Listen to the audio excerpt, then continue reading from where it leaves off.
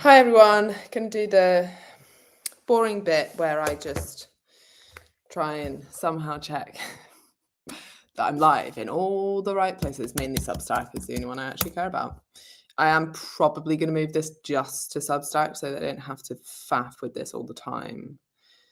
And I've realised that might actually just be a bit of an easier thing to do. But for now, bear with for 30 seconds while I get this up. Got the email, which is a good sign, but cannot see.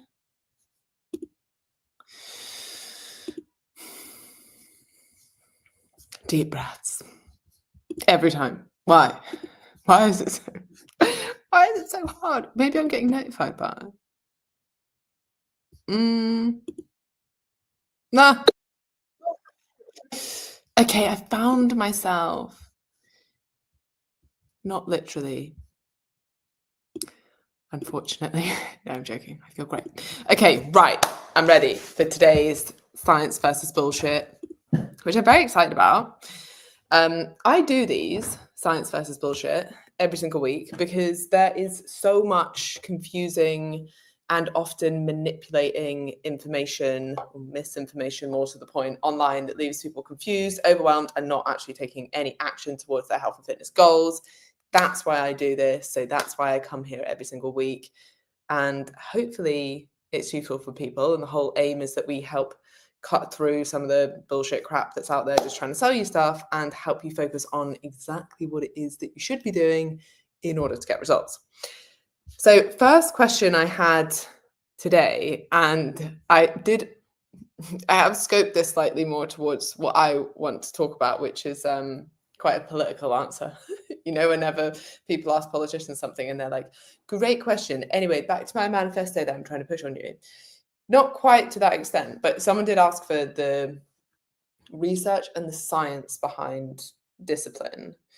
And there is some, and I do remember, I think it was like a Huberman podcast I watched on this that was like quite interesting. And Goggins talks about this a lot as well. I've never actually looked to verify the claims that they've made. I would be quite careful with those podcasts in particular. I think some of the information is absolutely incredible, but sometimes there's like a vague theory that has then been like articulated as like gospel truth. So I would bear that in mind. But anyway, they kind of talk about it in a very broad way of the more things that you do that are hard, the more discipline you will create, as in like discipline is like a muscle. The more that you use it, the easier it will be to maintain that level of discipline. The way I want to think about it, and the way that I think is actually much more useful to people, because I don't know about anybody else, but I don't resonate at all with like David Goggins style training. For anyone who doesn't know, he's like an ultra marathon, hugely impressive, like I think like ex-Navy SEAL, an absolutely amazing person with incredible mindset, but like nothing like me, and like sometimes I find things like that quite inspiring. Other times I'm like, I don't want to get up every single morning and run a marathon. Like that's not overly inspiring to me. To me, it seems more like it's maybe a bit more of a compulsion, and then what kind of life balance do you have there? And anyway, like it's cool and each to their own, but not really of interest to me. The way I like to think about discipline is that you don't actually need very much discipline for things that you enjoy. So for example, if you think about like the definition of discipline, it would really, if you break it down, like it has to be something that you kind of don't enjoy. Otherwise it doesn't require discipline to do, right? If you enjoy it, then you want to do it. So you don't have to force yourself to do it, and thus you don't need discipline in order to do it. So an example of this might be the runner, and David Goggins might actually be a good example of this, of like, he runs a marathon every day. He likes running marathons every day. I know, mental, right? But like he likes doing that. That's why he does it. So it doesn't actually require very much discipline. And I get that there'll be some days maybe you can't be bothered, or you're a runner and you're an avid runner and you love running, but when it's dark and cold outside, it requires a bit more effort. But let's be real, you still love running. So it doesn't actually require very much discipline. And often we look at people like David Goggins, or you might like, not comparing myself at all, but you might look at me and be like, oh, you're really disciplined. You go to the gym so consistently. Yeah, because I enjoy it. And I'm going to talk about how I've like made it more enjoyable. So if you're someone who's like, well, how am I meant to, how's that helpful to me, ESG? Like, I don't enjoy the gym, like, that's not useful to me. Bear with, this part is coming, okay? So if we're under the now assumption that you only need discipline for things that you don't enjoy, one way that you could build discipline is maybe going like the Huberman, David Goggins way of like, do hard things, build that discipline muscle, and then you'll be better at doing the things that you don't enjoy doing. Another way to look at it is, how do I make things more enjoyable so that I don't need as much discipline, or so that I can use my discipline for the things in life that I probably do still have to do that genuinely aren't enjoyable and are much harder to make enjoyable. So one way that you could look at that is, how can I make, say, workouts, for example, more fun or more enjoyable, or like if you're someone who just really doesn't like exercise, like less shit. You know, I'm not going to say you're going to magically love exercise, but how do you make it fit into your life a little bit better?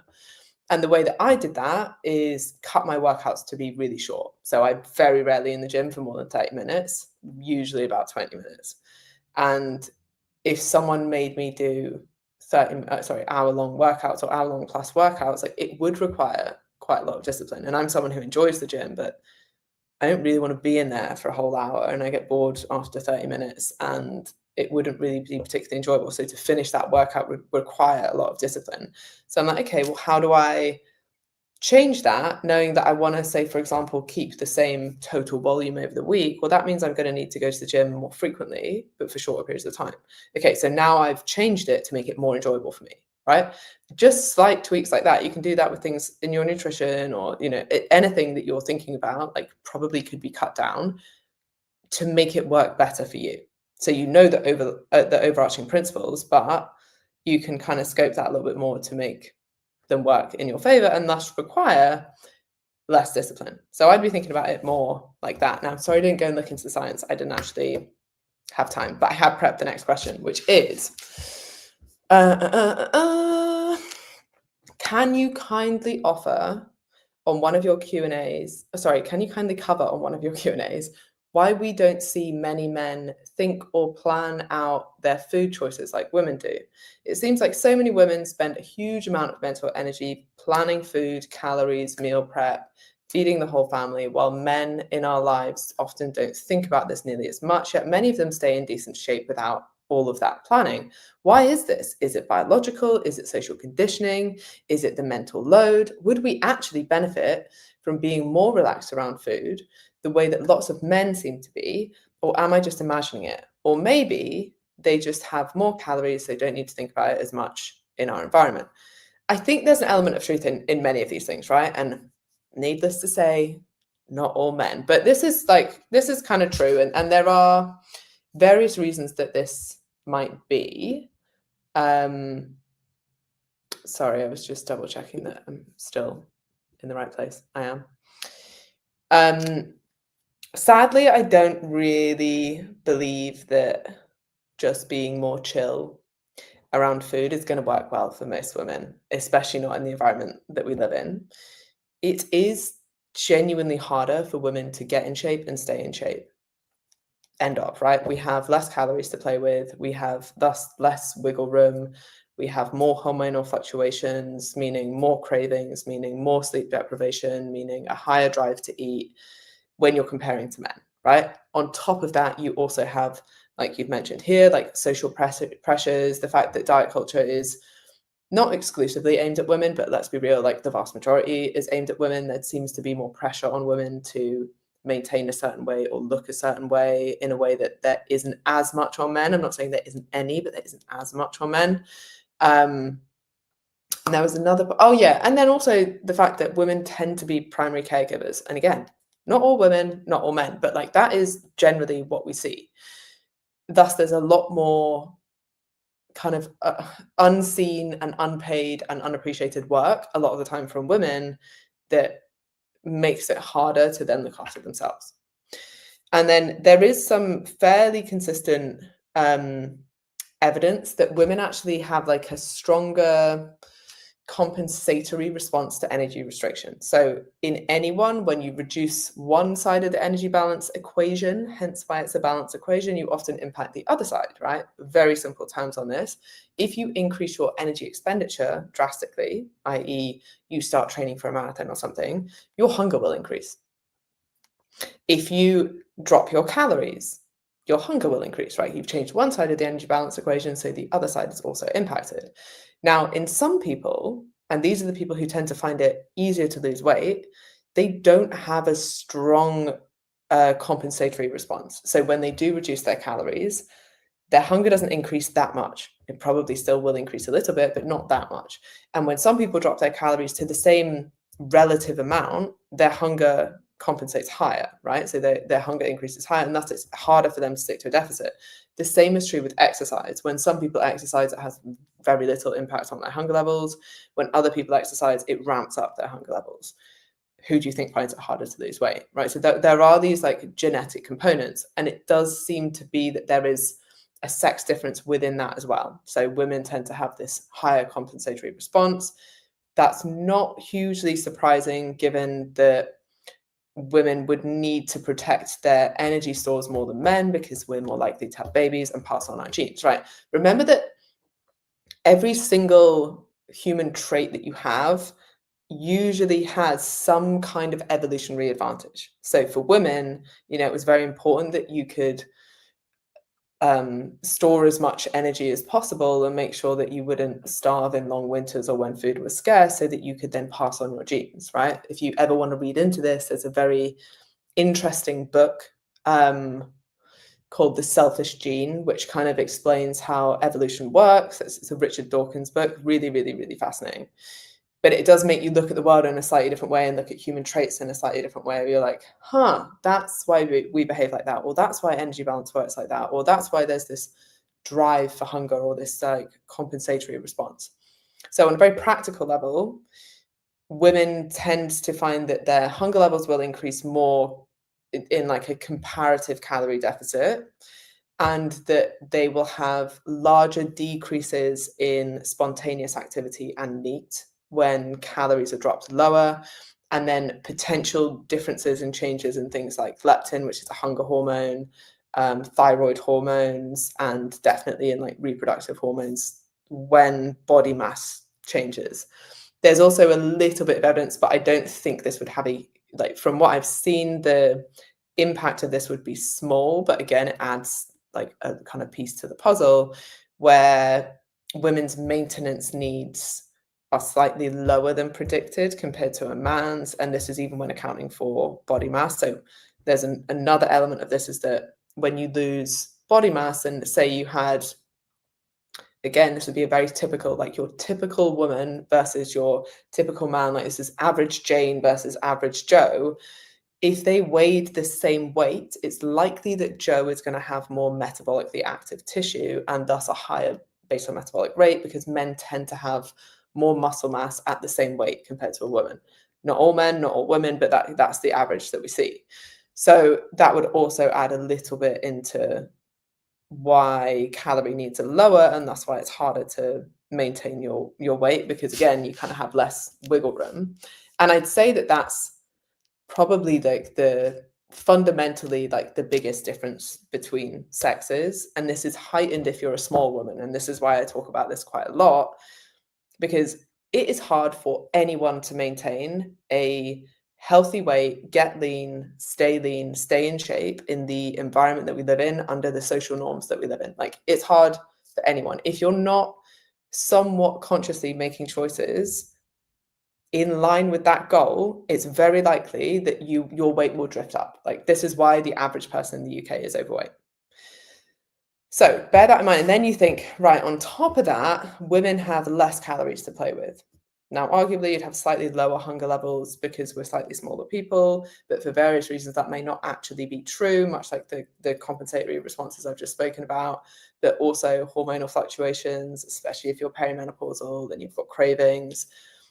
Like, the likelihood is your hunger levels aren't that much different than a man's a lot of the time. And even if they are, it probably doesn't account for the portion sizes that were offered or the social norms around like drinking and how much food you eat and going out to events. And even if you look at like a really small scale, and this weekend you're going to a Christmas market and you and your husband are gonna buy a hot chocolate, right? And let's say it's got marshmallows and cream and whatever, and it's like 200, 300 calories.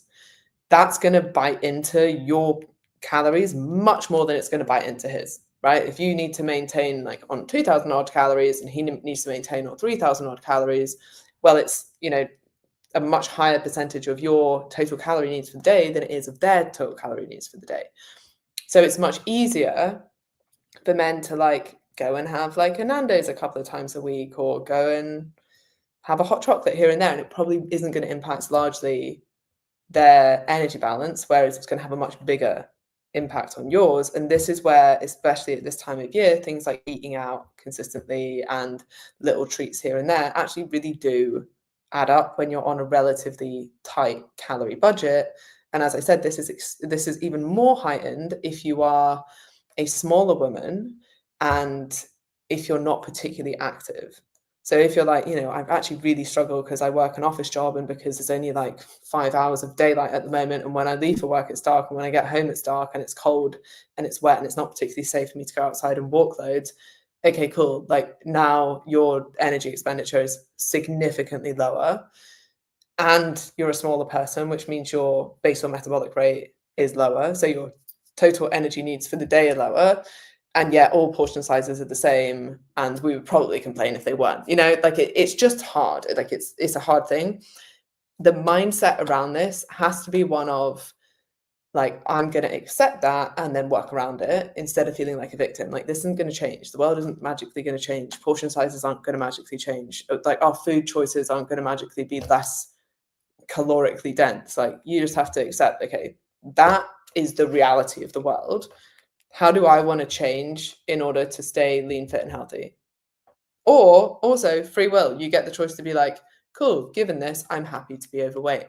That's up to you. Like no one's forcing you to do anything.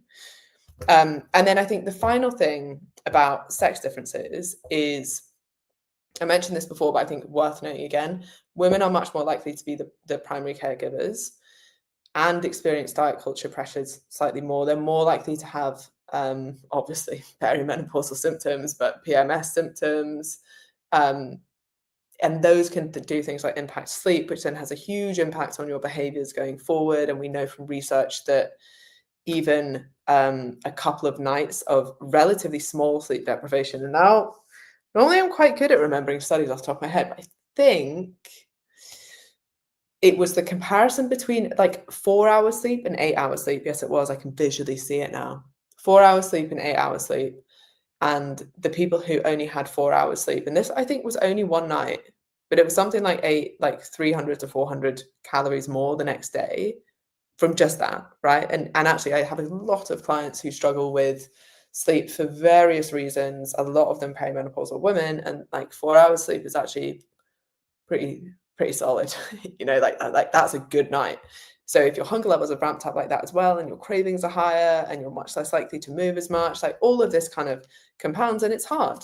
Like it is, like it's really hard. It's genuinely hard. So give yourself some credit, but then you decide like, okay, do I want to be like, oh, it's hard, I'm not going to do it? Or do I be like, okay, it is quite hard. Now I understand why. And now I'm going to make these changes or decide not to. But that's your choice based on your free will. And now that you have that information. But very good question. And also, if you are a small woman and you haven't yet watched my webinar on small women, message me after this on Instagram. Just message me the word small and I'll know what you want. And I will send you it, because I think that there's a lot of like tips in there to help you. And I think sometimes like first coming across this information and being like, shit, I'm a small woman who works an office job. This is really hard. And like, I don't really like what Emma's saying, but the workshop is good because it gives you some like practical tools and how to manage hunger, how to increase your food volume, how to still eat out, but make good choices. And like, at the end of the day, I want everyone to enjoy their life and get the absolute most out of their life. But part of that does mean being, like lean, fit and healthy, because that's how you're going to feel your best and get the most out of your life and live the longest, happiest, healthiest life you can. But then part of that is also like, you obviously don't want to like miss out on social occasions or overly stress over calories and food. And actually, you can have both. Like, you can do both, and it takes a little bit of navigating, and it takes a little bit of like kind of coming back to what I spoke about at the start with discipline, and actually looking at that and being like, right, how would I make this so I need less discipline, so that's going to be more fun, so that it's going to fit in my life in a way that doesn't always feel like an absolute slog, and yeah, it's like a much like more enjoyable way for me to live my life. And you absolutely can find that. And that is essentially what I do with all of my clients and why we have such great success on Commit to Six. Okay, so next question. Please, could you do something on cortisol belly? My friends are obsessed. So my friend has a wobbly tummy and has convinced herself that she has quote unquote cortisol belly. She exercises a moderate amount. She likes wine and has a weekly takeaway, but denies herself food during the week. I know that her wobbly tum is more likely to be because of the wine, but I can't put it in a diplomatic enough way to tell her. She's also perimenopausal and has 2 children and has an active job where she's on her feet all day. Okay, so cortisol belly seems to be going around a lot at the moment. I was going to say it's a new one. I mean, it's not really a new one. It just comes in little cycles. The reason that this myth won't really die, as with most myths that kind of keep coming back, is that there is a small amount of truth in this, but most of it is completely misplaced. And then like a load of like fear mongering has been chucked on top of it because people want to sell you something, right? They want to sell you their like cortisol plan, or they also like to kind of tell you a story of like, hey, it's not you. I totally get it. You're the kind of person who tries really hard, but nothing works for you. And like, you resonate with that. And oh, it's this new thing. It's the cortisol that they're not testing and that they don't know anything about and that they're suddenly going to cure you from. Like, it is really, really like ridiculous and manipulative marketing. But with a grain of truth basically comes from the fact that if you have chronically very high cortisol levels, which can come from like chronically really elevated high levels of stress, or in situations like Cushing syndrome, and then they kind of extrapolate that out to like, oh, you would never have like physiologically this level of cortisol, but when you do, which you, by the way, you don't, then someone with Cushing syndrome may have this situation where there is like weight gain associated with that. But for the vast majority of people, like, that's not you. And everyone will resonate. If you talk about feeling stressed, like everybody's stressed to an extent, you know, and everybody kind of resonates with that. And everyone has a busy life and everyone has lots of demands on them. And one thing I would really think about before I get back into this is reframing the way that you think about stress. And there's an amazing TED talk on this by Alia Crum. And she talks about how, I think the study she was talking about, they have a group of people and they show them both a video. And in one of the videos, they show stress to be a positive thing, right? So they're showing like athletes under like the highest amount of stress and how actually stress improves your performance, because these athletes are now performing at that level. Like, you don't run PBs in training, right? You run them at the Olympic Games under the most amount of stress, because that level of adrenaline like pushes you to something you didn't think you could achieve. And then you have the other half of the group that are showing a video that shows people kind of crumbling under stress or crumbling under pressure, whether it's at work or like giving a talk, and it shows stress to be a really negative thing. And like, I don't know, families breaking up and you having arguments with your partner and all this kind of stuff. So then they do a test. And how exactly did they do this? Okay, you'll have to go and watch the TED Talk, right? The TED Talk is great, and I've now just butchered it. But basically, the crux of it is the people that think that stress is a good thing experience stress positively. The people that think that stress is a negative thing experience stress negatively. And I think that that's something to remember. And when you're thinking about this within your own life, like, people almost always use stress as a negative thing. But actually, when someone tells me they're stressed, I'm like, oh, okay, tell me why. And they're like, well, I've got this big promotion that I want to get at work, and like one of my kids is like trying to get into this university and he's studying really hard, and my other kids, just about to go off and play football in America. I don't know, like whatever. It's basically always good stuff. Or like, oh, and I've got to maintain this household. So I have my dream house, but obviously that costs money. So I want to get this promotion. Like, of course, it is all stressful, and I'm not taking away from that.